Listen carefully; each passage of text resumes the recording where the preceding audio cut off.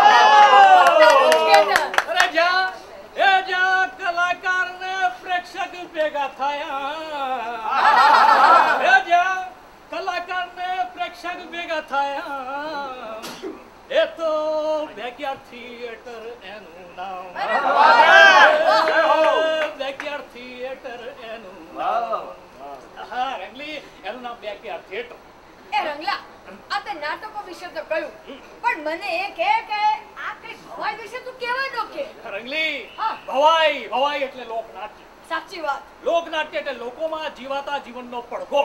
હા. અને મને કહેજો કે આવતા મહિને કયો પડઘો પડવાનો છે? આવતા મહિને એ રંગલા તું જ કે ને કયો પડઘો પડવાનો છે? હે રામ. એ રંગલા તારે શું થયું? હે રંગલી, આ હે રામ શબ્દ આવે એટલે તને શું યાદ આવે? હે રામ એટલે મને પૂજ્ય બાપુ યાદ આવે. અને રંગલી, પૂજ્ય બાપુ યાદ આવે એટલે એની સાથે બીજું શું યાદ આવે?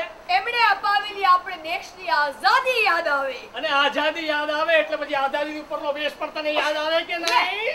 તે એમ કે ને સીધો કે તારે પૂજ્ય બાપુનો ભેષ ભજવવો છે. એ ના રંગલી ના, બાપુનો વેશ નહીં, તો બાપુના નામને જે ચરી ખાતા પેલા નેતા નેતીઓનો વેશ ભજવવાનો છે. એ રંગલા એક વાત કહું, આ નેતા જોયા જાણ્યા સાંભળ્યા, પણ આ નેતી શું? એ રંગલી, નેતાની વહુ નેતી. આજકાલ બધા નેતાઓના કામ એ તો કરતી પાછળ લઈને. તારી વાત બહુ સાચી. મને કહેજો, જો આજકાલ છે ને આ સ્ત્રીઓ છે ને બધી જ જગ્યાએ આગળ. એ વાત સાચી. બાપા તું આગળ. સ્ત્રીઓ બધી જ જગ્યાએ આગળ, ફિલ્મમાં આગળ, ફેશનમાં આગળ, બધી જ જગ્યાએ આગળ. એમ હવે રાજકારણમાં પણ આગળ. હવે જયારે રાજકારણમાં પુરુષ હોય તો એને નેતા કહીએ, તો રાજકારણમાં જયારે સ્ત્રીઓ હોય તો એને શું કહેવાય? નેતી.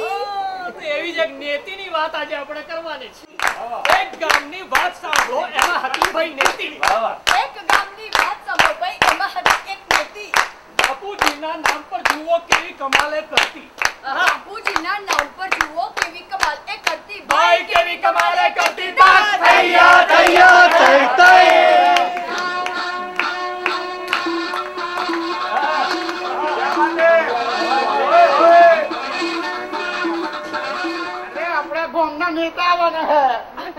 ગોમમાં નેતા કયો છે વરીની? આપણા ગોમમાં તો નેતી છે, નેતી. નેતાની બહુ નેતી અને હંધુ એ કોમ કરતી. વાત તો હાવ સાચી. સાચી જ હોય. બધું કામ તો કબડીબેન જ કરે છે. કબડીબેન. હા, કબડીબેન. એમનું નામ કબડીબેન કેમ પડ્યું ખબર છે? એમાં હું પેલી કબડીની રમતમાં ટાંટિયા ખેંચવામાં સૌથી પહેલી અને એમાં નેતા બની ગઈ. એ બધા ટોટિયા ખેંચતા પાછા રહી ગયા અને રાજકારણી કબડ્ડીમાં આગળ વધી ગઈ. હાવ સાચી વાત. તમારે જે પ્રોબ્લેમ હોય તો મને કહો, હું છું ને. બોલો પૂછે, બોલો પૂછે.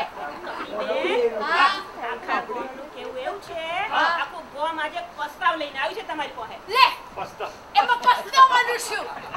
જો મેં માફ કર્યા, જરાય પસ્તાવાનું નહીં. તમારે જે કઈ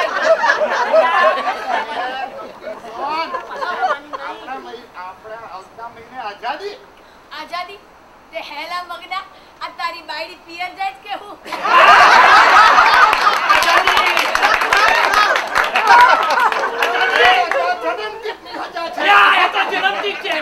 એટલે બહુ ખરાબ થયું, બહુ ખરાબ થયું.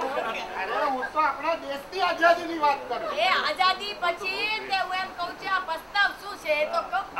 એમ કે છે આખા ગોમનું કેવું એમ છે કે જો આખું વરસ કોરું ગયું છે. લે હેને? કોરું એક ગયું. તહેવાર નહીં, એક પ્રસંગ નહીં. કશું અને ગોમનું કેવું એમ છે કે આપણા ગામમાં એક કૂતરું હોય.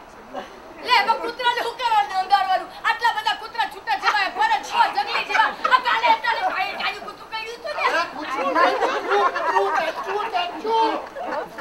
સ્ટેચ્યુ? એમ અંગ્રેજીમાં બોલું ને સ્ટેચ્યુ.